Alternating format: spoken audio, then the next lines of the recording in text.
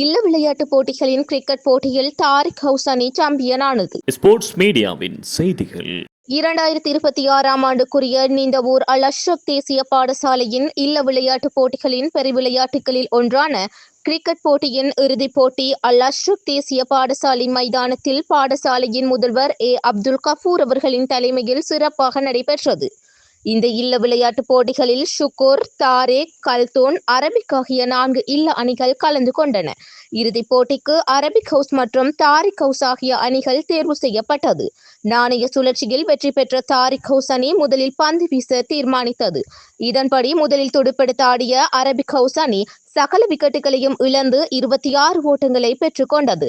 அதன்படி 27 என்ற வெற்றி இலக்கை நோக்கி பதிலுக்கு துடுப்பெடுத்தாடிய தாரிக் ஹவுஸ் அணி குறித்த 2-1 ஓவர்களில் 32 ஓட்டங்களை பெற்று 2026ஆம் ஆண்டுக்கான கிரிக்கெட் சாம்பியனாக தெரிவானது. 2ஆம் இடத்தை அரபிக் ஹவுஸ் அணி தனதாக்கிக் கொண்டது.